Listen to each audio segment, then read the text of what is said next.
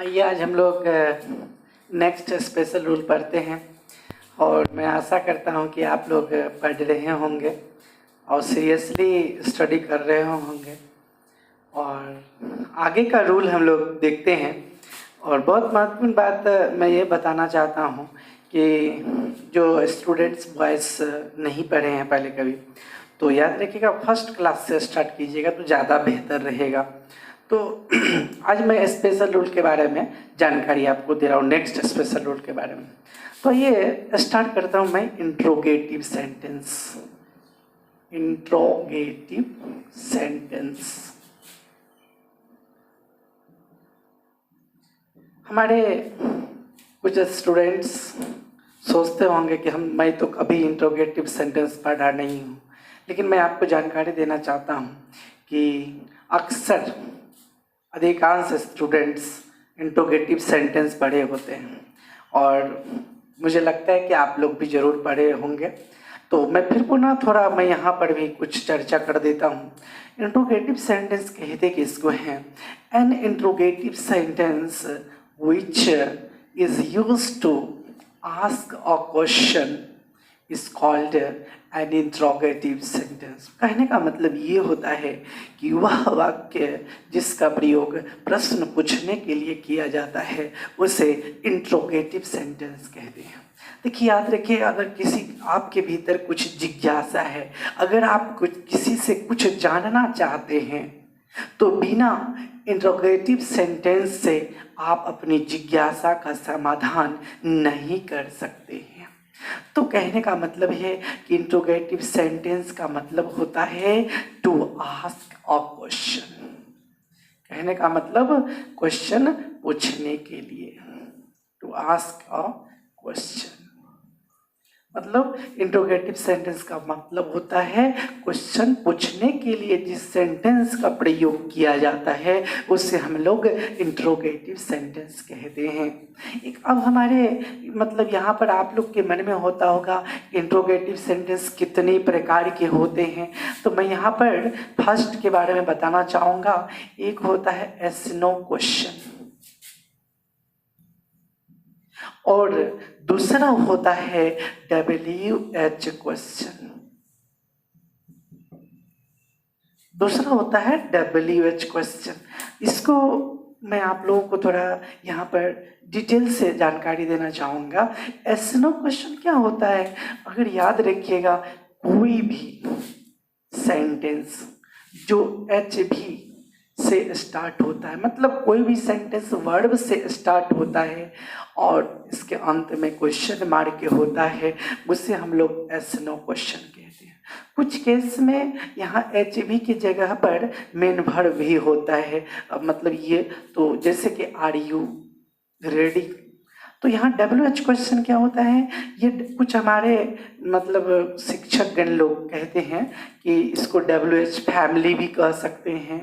और WH question का मतलब हुआ कि वह इंट्रोगेटिव सेंटेंस जो WH वर्ड से आरंभ होता है उसे हम लोग क्या कहते हैं? WH question. जैसे हाउ आर यू, आप कैसे हैं,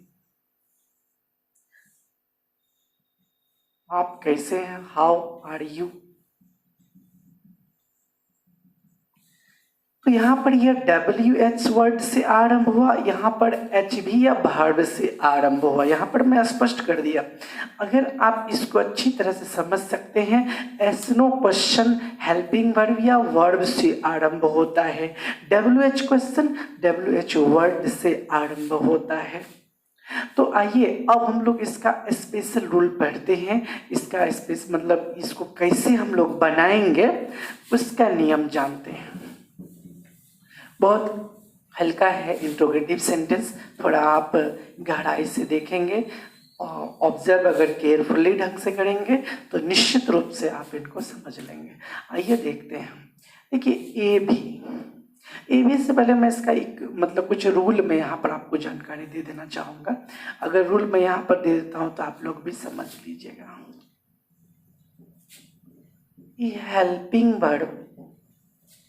A helping verb is used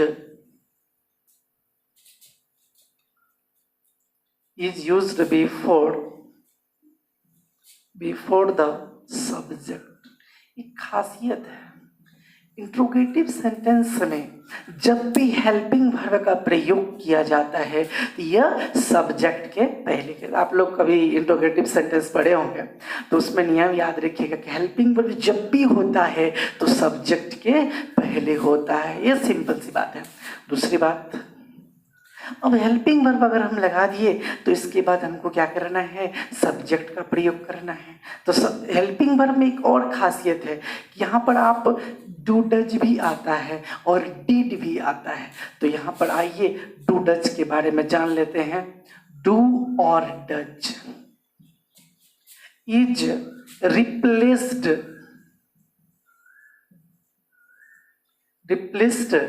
bye is or are और am। कहने का मतलब है कि डू डज को हम लोग किस में बदलेंगे, इज में। यहाँ पर आप इसको कैपिटल लेटर से भी लिख सकते हैं, इज आर एम। मतलब डू डज को हम लोग किस में बदलेंगे, इज में, आर में और एम में। इसके बाद और भी इसमें बात मैं बताना चाहूंगा। And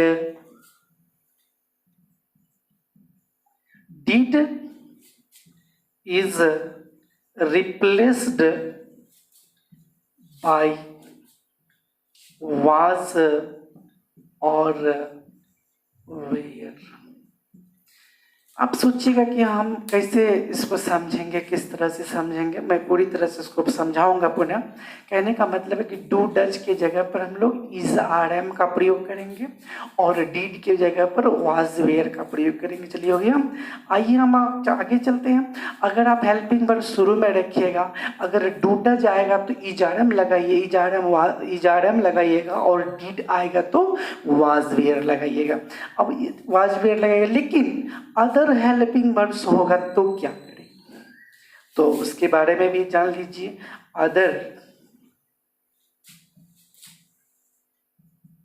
helping verbs are changed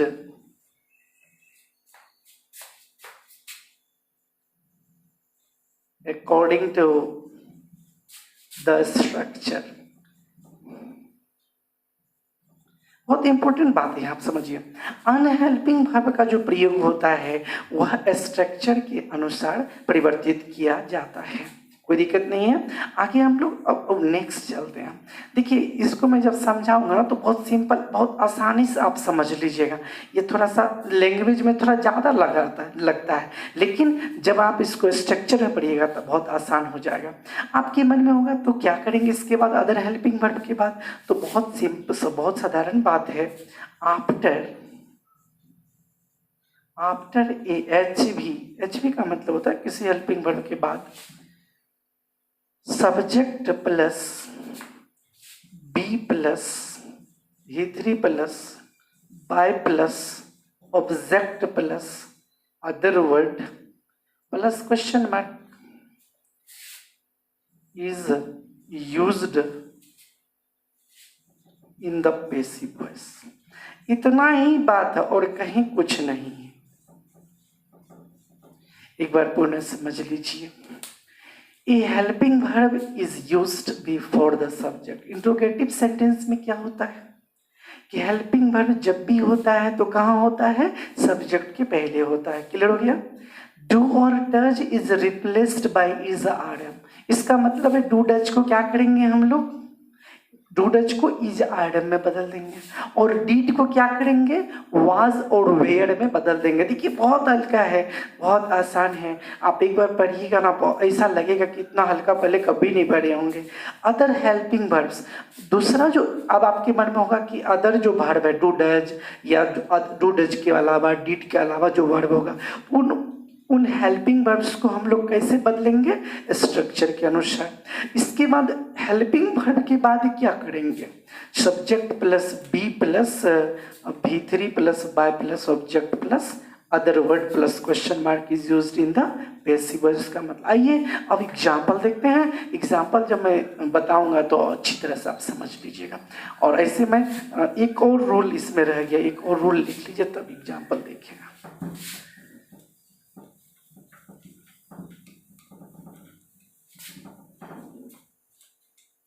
एक रूल जो सिंपल सा रूल है उसको आप देख लीजिएगा। व्हेन, हाउ, वेयर और व्हाई इज नॉट चेंजेबल।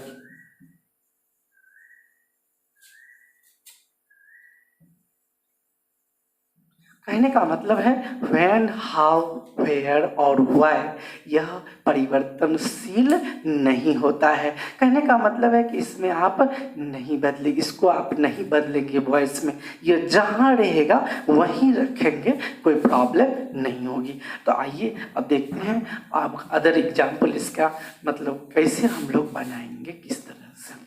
सबसे पहली बात है कि मैं जो एग्जाम्पल दूंगा उसको पहले आप समझिएगा। देखिए,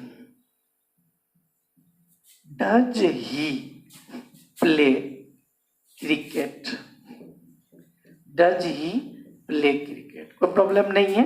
डज कहाँ है? सब्जेक्ट के पहले। इसका मतलब है कि यह मेरा एस नो क्वेश्चन है। मैं मतलब ये कोशिश कर रहा हूँ कि इंट्रोगेटिव सेंटेंस अगर आपका यहाँ स्ट्रॉन्ग हो जाता है तो विशेष रूप से वॉइस में अधिकांश स्टूडेंट्स को ज़्यादा प्रॉब्लम जो अधिक रहता है सॉल्व करने में इंट्रोगेटिव सेंटेंस में। इसलिए मैं इस पर पूरी तरह से बहुत अधिक फोकस दे करके आपको मैं समझाने की कोशिश करूँगा। Does he play cricket. देखिए एक बात आप सोचिएगा, ये कौन सा टेंस में? एट फर्स्ट देखिए तो यह सिंपल प्रेजेंट टेंस में है, कोई प्रॉब्लम नहीं है। तो आप तो जानते हैं कि पैसिव वॉइस बनाने में ऑब्जेक्ट को सब्जेक्ट करते हैं, सब्जेक्ट को ऑब्जेक्ट करते हैं, ये तो नियम है। अब देखिए, अभी मैं आप लोग को बताया था कि इंट्रोगेटिव सेंटेंस जब भी होगा तो हेल्पिंग वर्ब का प्रयोग हमेशा कहाँ होगा? सब्जेक्ट के पहले होगा, किसी भी सब्जेक्ट के पहले। तो यहाँ डूडज है, अभी बताया था डूडज के बदले में क्या करना है? इज आर एम करना है। डूडज के बदले में क्या करना है? Is are am. लेकिन एक बात मैं आपको और बताना चाहूंगा कि क्रिकेट आपका ऑब्जेक्ट है। यहाँ पर थोड़ा मैं फ्रेश कर देना चाहूँगा जो आप अच्छी तरह से समझ सकते हैं कि क्रिकेट आपका ऑब्जेक्ट है और यह सब्जेक्ट है। आप तो निश्चित रूप से ऑब्जेक्ट को क्या कीजिएगा? सब्जेक्ट बनाइएगा। देखिए सब्जेक्ट तो बनाइएगा क्रिकेट को, लेकिन यहाँ डू डज है तो निश्चित रूप से हम लोग को क्या करना होगा? इज आर एम लगाना होगा। तो क्रिकेट के लिए हम क्या किए? इज लगा दिए, कोई दिक्कत? Is cricket, is cricket played by him. बहुत आसान है। यहाँ पर मैं क्या किया? डू डज के बदले में इज आर एम लगा दिए, जो मतलब सब्जेक्ट के अनुकूल। इसके बाद सब्जेक्ट को ऑब्जेक्ट बना दिए, ऑब्जेक्ट को सब्जेक्ट बना दिए। अगर इसको एक मतलब आप अगर दूसरे मेथड से जानना चाहेंगे तो उसको भी जान लीजिए। तो देखिए डज ही प्ले क्रिकेट है, तो इसको आप असर्टिव बनाइए। तो कैसे बनाइएगा? ही प्लेज क्रिकेट, कोई दिक्कत नहीं है। सिंपल प्रेजेंट टेंस का स्ट्रक्चर आप क्या पढ़े थे? सब्जेक्ट प्लस पैसिव वॉइस में subject plus is are am plus V3 plus by plus object plus other word, यही पढ़े थे। यहाँ पर ही प्लेज क्रिकेट को आप क्या बनाते? Cricket is played by him. देखिए यहाँ पर भी वही है, cricket is played by him. लेकिन यहाँ जो इंट्रोगेटिव सेंटेंस है जिसके चलते हम इज को क्या किए? यहाँ पर रख दिए। अब हम लोग डीड के बारे में चलते हैं।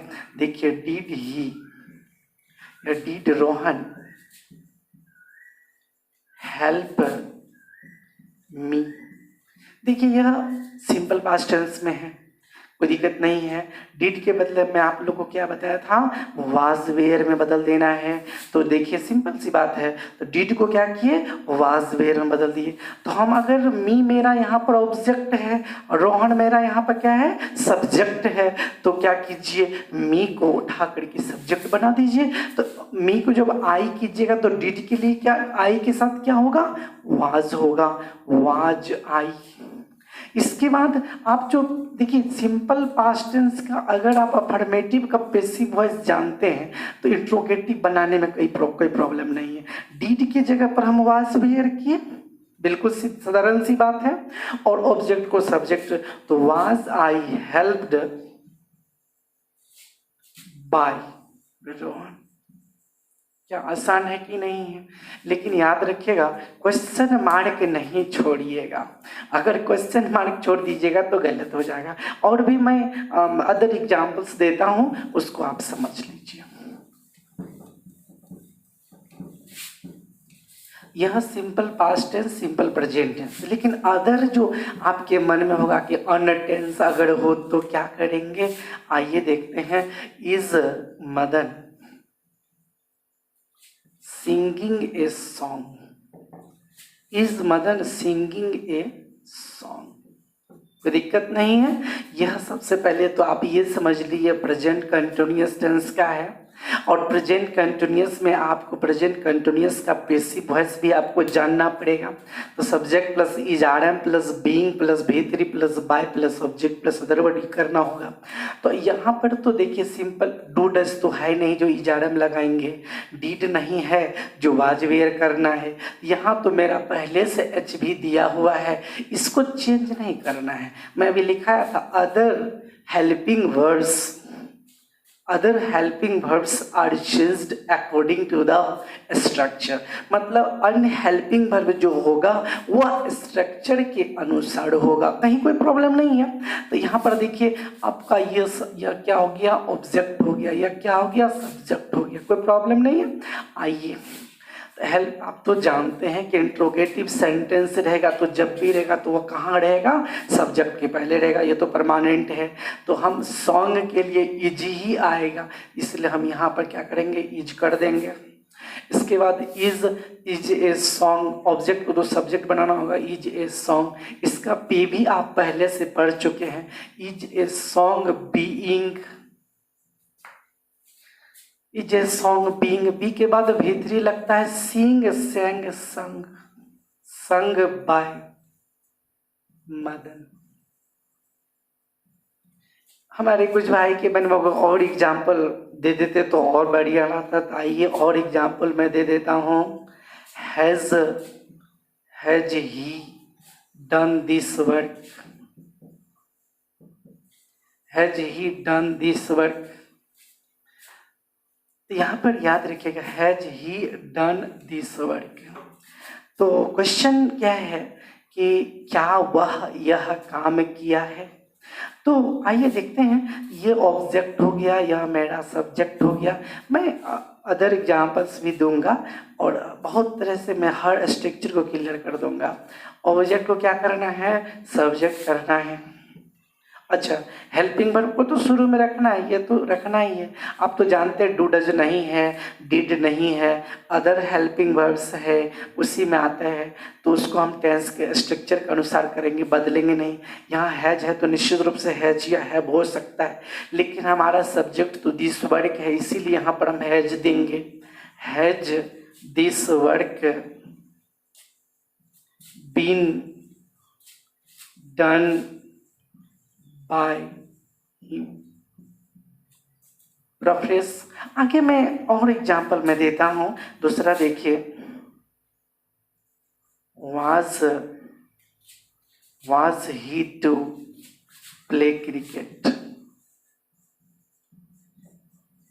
आप पीछे में जितना स्ट्रक्चर पढ़े हैं मैं आशा करता हूं कि सब आप याद कर लिए होंगे।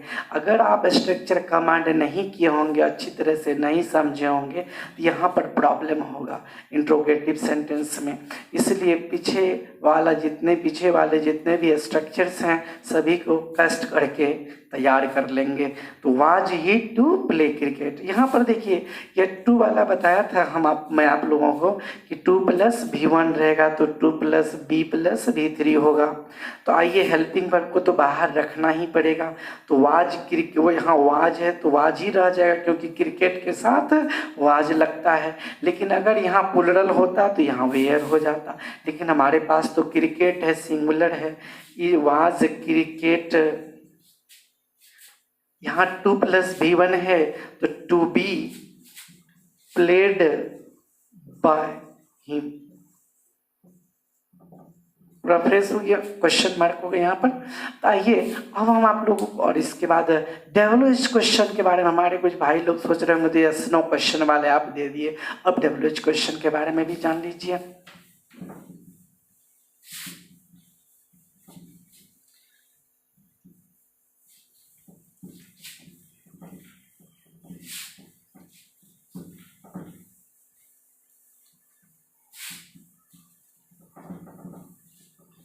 WH क्वेश्चन, तो आइए उसमें देखते हैं। WH क्वेश्चन में सबसे पहले इंट्रोगेटिव में simple past simple present tense का देते हैं। Why do you help me, तुम मेरी सहायता क्यों करते हो। आप तो मैं बताया था वाई, व्हेन, हाउ, वेयर में कोई परिवर्तन नहीं होता है, यह सिंपल प्रेजेंट टेंस में है। सबसे पहली बात है कि मैं वाई को ज्यों का त्यों रख देता हूँ, टेंशन मत लीजिए, फिर यो करिए। WH वर्ड कहाँ करना है, WH वर्ड को ज्यों का त्यों रख देना है, ठीक है। तो WH वर्ड में कौन सा, व्हेन, हाउ, वाई, वेयर, तो निश्चित रूप से समझ रहे होंगे अच्छी तरह से। तो वाई के WH वर्ड को जो त्यों रख दिए। इसके बाद आप अभी तुरंत पढ़ें डू यू हेल्प मी का, तो डू डच के बदले में इजार एम का प्रयोग करते हैं। तो यहाँ पर एम लगाएंगे क्योंकि मी को अगर यहाँ पर आप नॉमिनेटिव केस बनाइएगा तो यहाँ पर क्या करना होगा, आई, मी को क्या किए, आई कर दिए। इसके बाद क्या करना है, तो आप तो जानते ही हैं subject plus is are am plus V3 plus by plus object होता है सिंपल प्रेजेंट टेंस का। तो यहाँ पर am I helped by you, बहुत स्पष्ट है। लेकिन मैं आपको यहाँ पर एक और जानकारी देना चाहूँगा, व्हेन, हाउ, वेयर जो भी है और भी ले लेता हूँ कंफ्यूजन दूर करने के लिए। वेयर डज ही राइट, वह, वेयर डज ही राइट, वह कहाँ लिखता है, इसका हिंदी हुआ नहीं। एक बात है कि यहाँ पर ऑब्जेक्ट भी देना होगा ना, where does he write a letter, वह एक पत्र कहाँ लिखता है, इसका कोई दिक्कत नहीं है। तो यहाँ पर देखिए WH वर्ड है, ज्यों का त्यों रख दीजिए, WH वर्ड को ज्यों का त्यों रख दिए।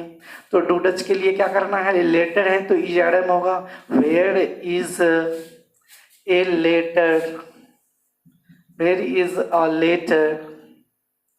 अब देखिए ऑब्जेक्ट को सब्जेक्ट कर दिए ना यहाँ पर, तो इसके बाद मेरा ये where is a letter written bye,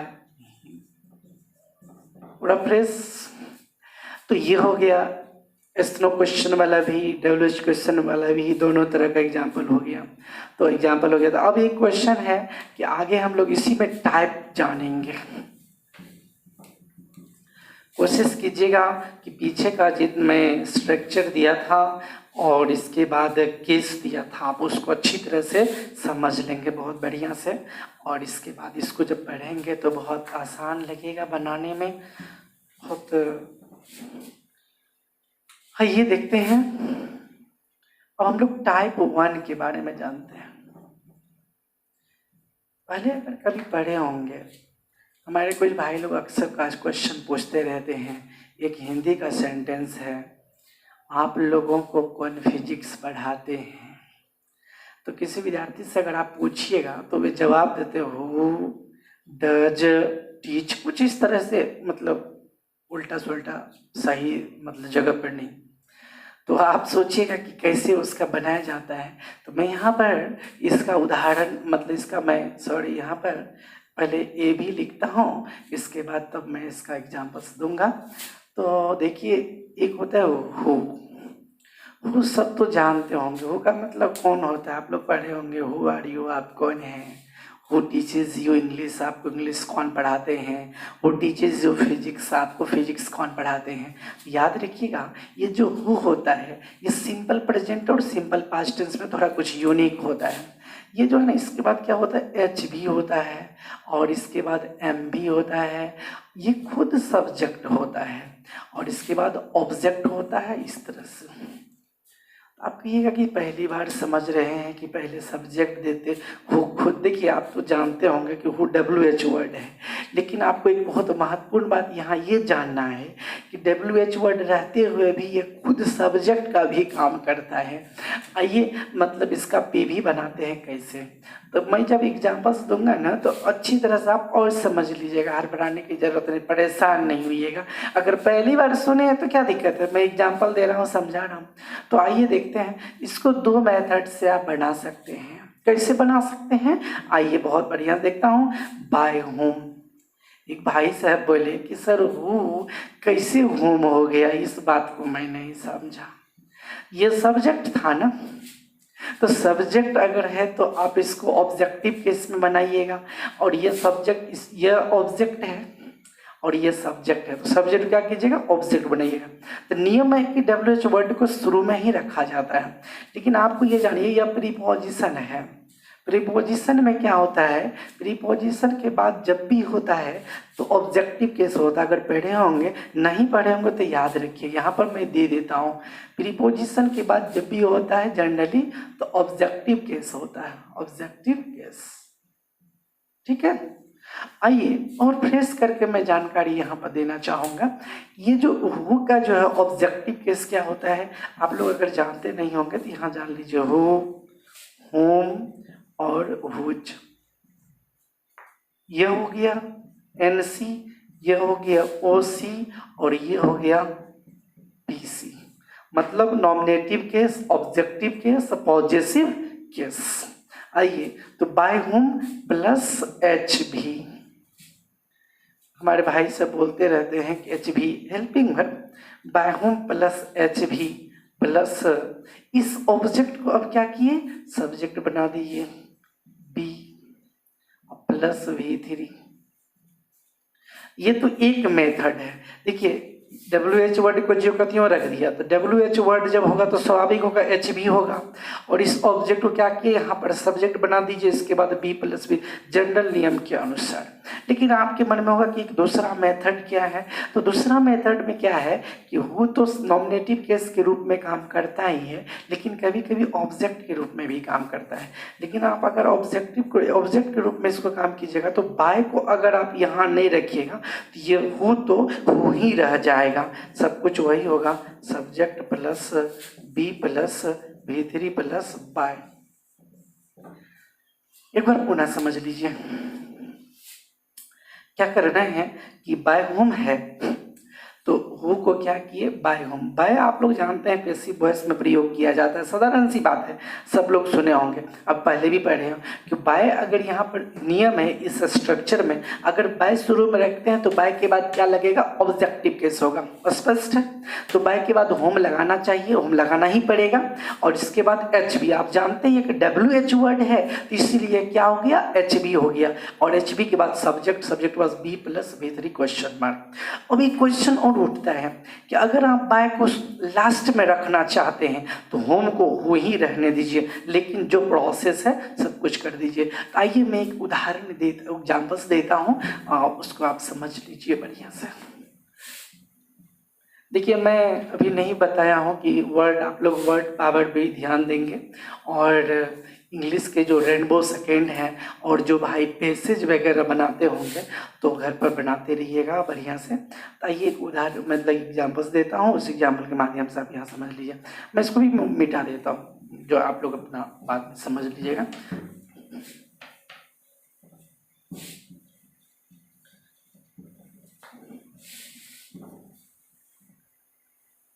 तो आइए क्या कहते हैं कि सबसे पहले तो हम लोग AB का उदाहरण देता हूँ, हु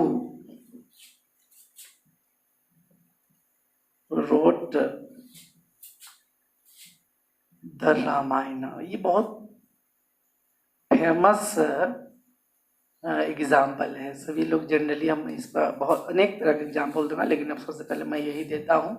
वो रोट द रामायण। तो रामायण, किसने रामायण लिखा? नहीं, रोट राइट रोट रिटन। तो पी भी कैसे बनाइएगा इसके बारे में आइए देखते हैं। तो क्या करना है इसमें, आप तो जानते हैं, हु को क्या करेंगे, बाय होम में बदल देंगे। बाय होम में बदलने के बाद क्या करना है, इसके बाद एच भी डालना है। तो आपको पता है सिंपल पास्ट टेंस में अफर्मेटिव में एच भी नहीं होता है, पता है। इसके बाद बी क्रिया डालना है। तो बी क्रिया सिंपल पास्ट टेंस से वाज वेयर होता है, तो रामायणा है। By whom was the Ramayana. इसके बाद ये तो बी क्रिया हो गया, यहाँ तो हेल्पिंग वर्ब था नहीं, बी क्रिया हो गया। यहीं आकर के ये मेरा जो है ऑब्जेक्ट को सब्जेक्ट बना दिए। इसके बाद क्या किए, भीतरी लगा दिया। हमारे कुछ भाई लोग क्वेश्चन पूछे एक बहुत महत्वपूर्ण, कि हम, मेरे मन में अगर हम अदर टेंस का प्रयोग करेंगे तो वह कैसे होगा। ये अदर टेंस के बारे में भी जान लेते हैं। Who is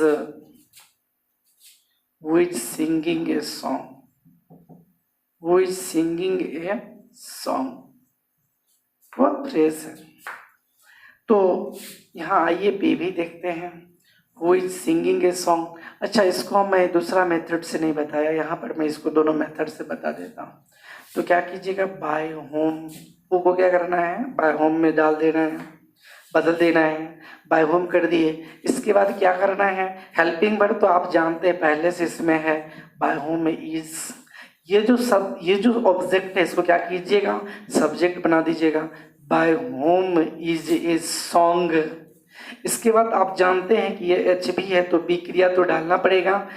by whom is a song being, अब भीतरी तो देना ही होगा। इस तरह से अगर आप इसको दूसरा मेथड बनाना चाहेंगे तो सेम है, बाय होम के जगह पर हु कर दीजिए। Who is a song being sung by. एक बार पुनः समझ लीजिए, क्योंकि हो सकता है कि आप नहीं समझे होंगे। हु रोट द रामायण, किसने रामायण लिखी, कोई दिक्कत नहीं है। तो हु को क्या किए, हु को बाय होम में कर दिए। बाय होम के बाद मैं आप लोगों को बताया था कि एच भी लगाइएगा, इसके बाद सब्जेक्ट, इसके बाद बी, इसके बाद भीतरी। यहाँ पर आपको पता है कि सिंपल पास्ट टेंस में एच भी नहीं होता है, यहाँ पर एच भी तो दे नहीं सकते हैं। यहाँ पर बी क्रिया ही यहाँ पर हेल्पिंग वर्ब के रूप में काम करता है।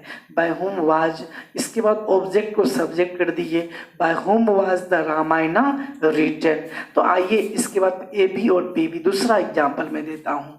आप अगर इसको बनाना चाहेंगे दूसरे मेथड से तो आप बना सकते हैं दूसरे मेथड से।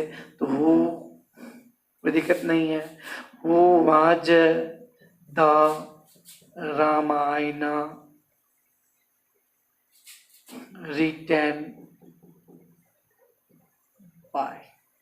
चलिए, तो अब चाहेंगे कि अब एक एग्जाम्पल और मैं इसमें देना चाहूँगा कि आप लोग के मन में हो सकता है कि मैं नहीं समझा, तो और एक एग्जाम्पल मैं दे देता हूँ।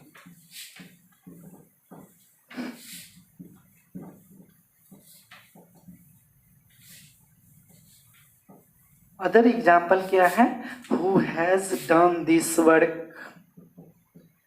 सब टेंस का अलग अलग एग्जाम्पल्स हो जाता है तो आप अच्छी तरह से समझ सकते हैं। Who has done this work, who has done this work, कौन यह काम किया है। Who has done this work. यहाँ अगर पी भी बनाएंगे तो कैसे बनाएंगे, देखिए, हु को क्या कीजिए, by whom, by whom has this work been done by. आप सोचिएगा ये उपाय तो शुरू में लगा दिया, यहाँ लगाने की जरूरत नहीं है। अगर आप दूसरा मेथड से बनाना चाहेंगे तो who has this work been done by, पुनः एक बार समझ लीजिए, who has done this work है तो इसको क्या किए, बाय होम कर दिए, इसके बाद हेल्पिंग वर्ब लगा दीजिए, ऑब्जेक्ट को क्या कीजिए, सब्जेक्ट कर दीजिए, इसके बाद बी क्रिया लगा दीजिए, इसके बाद भी लगा दीजिए। अगर बाय को शुरू में रखे हैं तो होम कर दीजिएगा, होम कर दीजिएगा, अगर शुरू में नहीं रखे हैं बाय को तो हु कर दीजिएगा। तो आज यहीं तक, कल मैं पुनः आपको नया स्ट्रक्चर बताऊंगा विस्तार से। आज यहीं तक, और इसको अच्छी तरह से पढ़िएगा, जो भी प्रॉब्लम होगा बताइएगा हम